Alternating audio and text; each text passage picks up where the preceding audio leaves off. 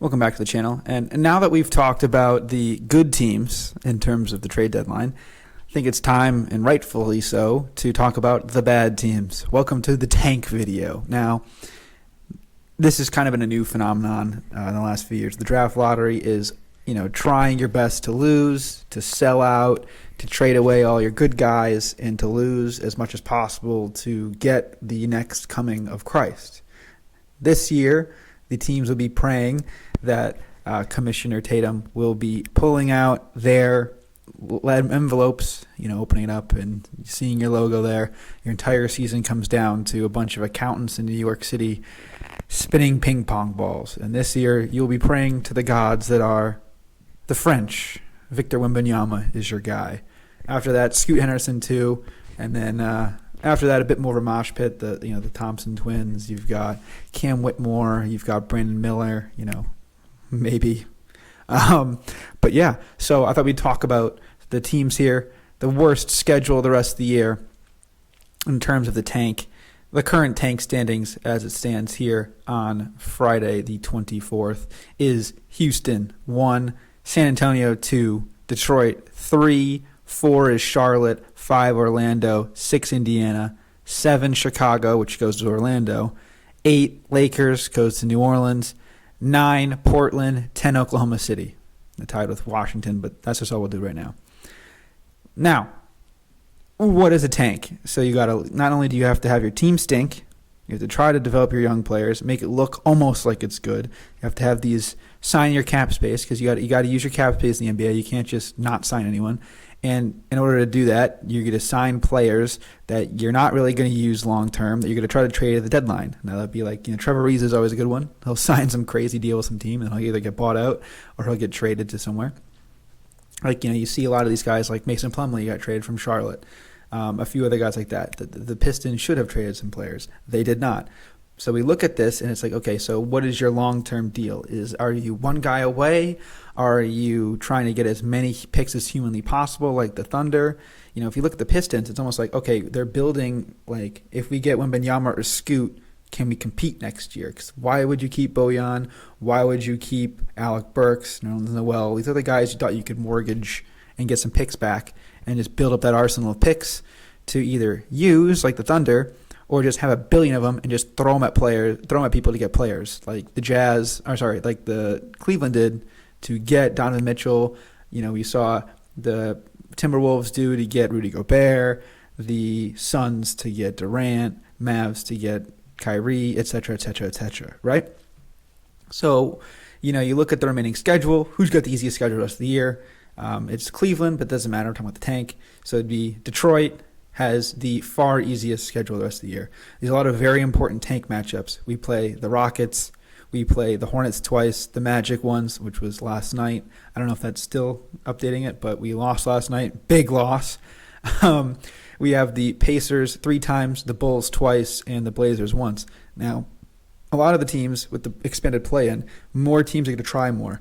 We've seen a few years in the years past where it's been some of the most horrific lineups you've ever seen. Like, my favorite game this year, probably, of the Tank Bowl was the Spurs versus the Pistons. It went to triple overtime. Jalen Duren, it was the night where the trade was still in limbo. It was after the trade deadline. Devontae Graham was just there, and Pop was like, I don't care. Let's just have Devontae Graham shoot 53s. Stanley Thompson was playing. I mean, it was some bad basketball. Killian Hayes and Jalen Ivey combined, I think, were like 2 for 30 from the field. I'm not even kidding. It was pretty bad. And just watching both teams like sneakily try to lose was pretty funny, and then try to win, but their quality of play was so low that they couldn't do it. And it was quite an experience. My good friend Isaac, he was at the game. He had to watch that, which is pretty funny. People are chanting like, we want Wemby and stuff. And it's really weird because you wire your brain to just root to lose. And it's like, what? You just want to lose. And it's just such a weird way to have your brain think that you have to root against your team. Now, the Wings, just quickly, I know this is going to get bad, but this is just a little personal anecdote. The Red Wings are absolutely unbelievable right now, right? They're playing out of their mind. They beat the Rangers last night. They're now in the wild card as of now. The season ended today. They are in the playoffs, and that would be unbelievable because rooting for a team to win, it just feels so good because I only usually have that with Michigan. But it's just so weird that you can actually do it like that. So getting back to it, I thought we'd just quickly look at the draft assets that everyone has to see if people could pick up. Because it's like, hey, look, if you're the Pistons and you get Wembanyama, you're at number one. It's like, okay, do I really want number one? Will these guys give up a bunch of picks? Because, they always talk about with Zion. It was like, all right, so whoever wins, would they draft down to get John Morant and take 1 billion picks? Probably not, but it'd be very, very, very interesting, in my opinion, to think what would happen. If you're sitting there and you're the Pistons, because that was the thing. When they had Cade, they were like, okay, we want SGA and pick 6. Looking back, would you take it? As a Pistons fan, no. But objectively anyone outside the Pistons would be like, yeah. Are you kidding me? You got SGA. It's probably what Cade thinks he's going to become. I think Cade will be better than that, but, that's maybe wishful thinking on my end.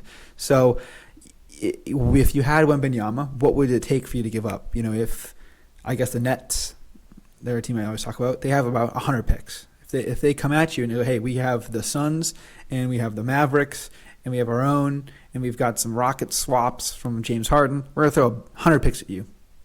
Could that work? Who knows? So I'm looking at the Nets just to start it off. This year they have 3 first-round picks, the Nets, Suns, and then they have the Rockets or Sixers, depending on the swap. And then they also have another, 2025, they got a Suns pick coming in. 2027, they're going to have another 3 picks. And then 2028, they'll have 3 picks. 2029, they will have 3 picks. And then in 2030, they'll have 2 picks, right? So they're getting picks coming in from the Mavericks until 2029 and as long as the Suns. So I don't know the protections on those. I'm just going to, I have this site I have. It just has the picks. You have 3 picks the next few years. So it's like, hey, we're going to give you 6 picks. And you're like, whoa, that's a lot of picks. They still have a pick every year. So they still can draft guys, because you look at some teams like the Lakers, they would kill to get like some of these guys in like the 20s and add them in the rotation for cheap because their salary cap's strapped, right? You've seen that with the Warriors, did it with Jordan Poole. Everyone's like, what the hell is this guy doing? They picked him they overpicked him, blah, blah, blah. Dude's unbelievable. He's got a huge contract. It's how it works. Once you get the guy in the system and your owner is not a coward, you can pay the tax over once he's your own guy. You get the bird rights, you can re-sign him and go over the tax by $1 billion as long as you draft your people. That's kind of how the Warriors did it for a while, and a few of the other teams do. Like the Celtics will probably end up going to have to do, and they pay both their guys $1 billion, but it's just kind of how it works. The Pistons are one of those other teams where it's like, okay, what are we doing? They technically don't have their first-round pick this year. It's lottery protected, so they do have their first-round pick. But we don't have any other first-round picks incoming. None going out. So not terrible. None coming in. Like you traded Jeremy Grant this summer, and you got what? I think a second-round pick. I mean, granted, we ended up getting Jalen Duren last year, and we traded some stuff on draft day, and Troy Weaver, I love the guy, but it seems like he only does magic on draft day, which is, again, better than some GMs. At least he does something. So there's that. But then, you look at a team that they're competing in the tank against, like the Rockets. The Rockets have 3 picks this year. They've got option to swap with the Bucks, Clippers, the less favorable of the Rockets, Thunder, and something else. So they're going to get the PJ Tucker trade. They had a while back. They're going to get a pick in. They have the James Harden swap still this year and next year. And then you look at 2025, they've got the James Harden and Russell Westbrook trade still. And then 2026, they have a pick too. So they still get all these picks. And they have some swaps. And they're getting better. They have these young guys. They're getting better, and they're going to be good for a while because they still got some James Harden picks coming until 2027, right, from the Nets. So that's a lot of picks. And similar to what I was saying, they're a younger team building. Do they go out and use some of these picks to get a guy to speed up the rebuild? They could. They're in the West, so I would imagine they're probably going to wait a minute. But the West is sneaky kind of weak this year, right? It's very competitive. But if you've got teams like the Pelicans and the Kings coming out of relatively nowhere, and competing like this, it's like, okay, let's see what we're doing. The Pelicans did it. They traded AD. They got 1 billion picks, right? They got back Ingram. They drafted Zion with the lottery. They still have some picks coming in, but they also used some to go get, what's his name? CJ McCollum, right? And their ability to do that sped up the rebuild. Now they're like in the playoff contention, right? I don't know how high they are, but they're in the contention, right? The Kings did kind of a similar thing in a weird way. They took the guy that they got from tanking in Tyrese Halliburton and flipped him for a guy in Sabonis to speed up the rebuild. Both teams won. Halliburton is over in Indiana, doing his thing. He is now an all-star. I think he's almost a starter, but he was an all-star reserve, and he was in the three-point competition, etc. Buddy Hield's doing the same thing in three-point competition, doing really well. Miles Turner's looking good, so it's a win-win there. Are they tanking? They could. I don't know exactly what their trajectory is, but they're not really part of this video, so move on swiftly. Looking at the Thunder, the team with all of the picks. In 2020, this one's a little bit of a different breakdown. They have only their own pick this year to swap with the Clippers. Obviously, they're not going to swap. 2024, we start cooking. They've got 4 picks. They have 4 first-round picks next year. They have the Clippers, the Rockets, and the Jazz from the Paul George, Russell Westbrook, and Derek Favors trades. 2025, they have 3 first-round picks, Danny Green trade, and then a few other trades. I think it was like the Goran Dragic trade a while back. And then half these, they all have swaps with him too. So they have 3 picks 2026. They've got 2 picks 2027. And then 2028 is when they start to calm down a bit. So they have a billion picks. They're already sped up. If they're like, hey, we are 1 big away, we're going to give you, I don't even know. They could, because Chet Holmgren hasn't even played yet, right? If they like him or if they didn't like his injury is, hey, we'll give you Chet Holmgren and 7 first-round picks for Victor Wembanyama. It'd be hard to say no, right? But they're in that ability where they have all these picks and all this cap space. They haven't paid anyone yet. I think SJ is the only one making some money, right, outside of the rookie deal. They can do whatever they want. And I know this is going to get repetitive, but we'll look at the Magic real quick. They're another team. They've got the Bulls pick this year. They trade away Vucevic. That's going to be a lottery pick probably. That's crazy, right? I don't even know if it's top 4 protected, but the odds of the Bulls getting a top 4 pick is not there. You get a second lottery pick with the Magic. So it's like, okay, we'll give you pick whatever we are, X. So let's just see what it is real quick now. We'll give you pick 5 and 7 for pick 2, right? If you like scoot that much, you can trade back. You can get Brandon Miller and one of the Thompson twins, right? The Magic are kind of the same way. They need a point guard pretty bad. And if you give, Scoot could probably play a bit of point guard if needed. You can kind of have him do that role, and you're in business, right? Or do you take those 2 picks along with a Gary Harris, a bigger contract, and you flip it for something else? They had a logjam at center. They got rid of Mo Bamba, and they've kind of cleared the way for them to start moving forward. They've got Bol Bol off the bench. They've got the Wagners. They're doing their thing. Paolo Banchero, Rookie of the Year without a doubt. And they're taking steps forward. A lot of these teams are taking steps forward. My Pistons, it's tough to say because Cade's hurt, right? But then you look at a team like the Suns.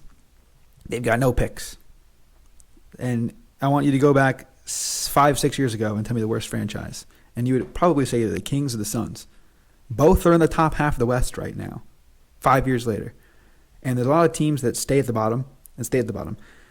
Is it hard to do in the NBA to flip around?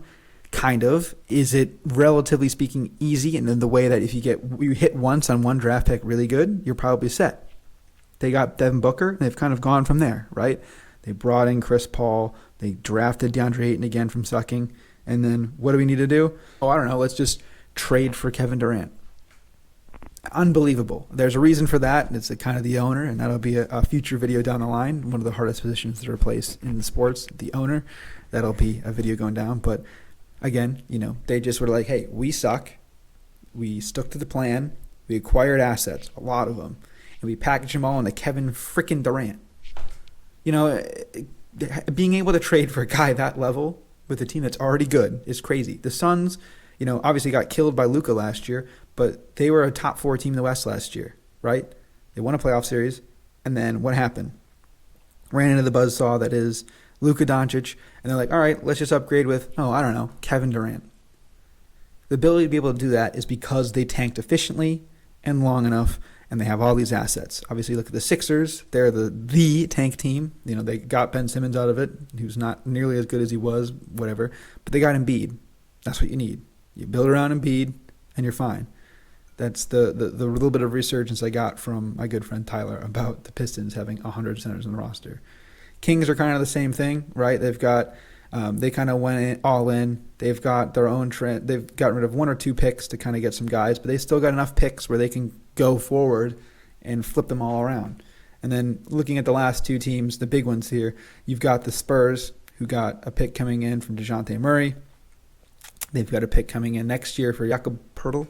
And then they've got 2025, they've got another pick coming in from DeMar DeRozan from the Bulls. They got a pick coming in from DeJounte Murray. And with the Bulls, they're not looking that hot. That could be a nice pick. 2026, they got a swap. 2027, they got a swap. 2028, they got a swap. So they've got multiple picks the next 8 years. And the Spurs are a good enough organization where you think they'll be able to flip it around. They don't really have any pieces at the moment that they can really build around. Kellyon Johnson's probably the only guy I would say that's going to be on the team long term, but that'd be a perfect team. You stink enough, you're going to be bad for a few years. Go ahead, maybe you can throw your hat in for Wembanyama. The Spurs, let's give the best foreign prospect we've ever seen to the team that was built on foreign prospects and with the greatest coach of all time before he leaves, right? That's a good thing that they could just sell and do their own thing with. And the Jazz's ability to have 1, 2, 3, 4, 5, 6 picks from the Rudy Gobert trade, yeah, that's insane. You have that many picks, getting rid of one of your best guys who hasn't even played that well, replace him with Walker Kessler, who's almost better, as crazy as it is, in considering the fact that they give up so much and they're paying him so much littler. That's crazy. I mean, Utah's got a lot of cap space, a lot of stuff. Dwayne Wade is one of the part owners, which will probably help, I guess, their clout among teams and free agents. But they've got some pieces there. Colin Sexton, Jordan Clarkson's always balling, and they could always trade him for 2 picks if they need. Laurie Markin the same way, but I think those are guys you can build around, and you can add in a few more pieces in the draft, trade up a bunch of picks. They could be guys that could go out and try to get a star, and if it gets disgruntled in the spot they don't like if Damian Lillard's like, oh God, I want to get out of here, go for it. Throw all your picks at him, get him in there. But that's kind of all I got for this video. I just thought I'd do a quick little tank update. We'll get a bit more once it gets closer to the lottery ball. We'll talk about every team's case and why they need Victor Wembanyama. But shout out the French. I love France. France is one of my favorite places. Kylian Hayes, great player. I think the Pistons deserve Victor Wembanyama. So at NBA, please save us. But yeah, thank you so much for watching. Hope this video was nice. Just a different style video. I know I do a lot of focusing reviews and things. I just thought I'd talk about the tank and all their arsenals. So I'll probably do some funny thing like Fury on the front. So thank you for watching. Hope you subscribe. Peace.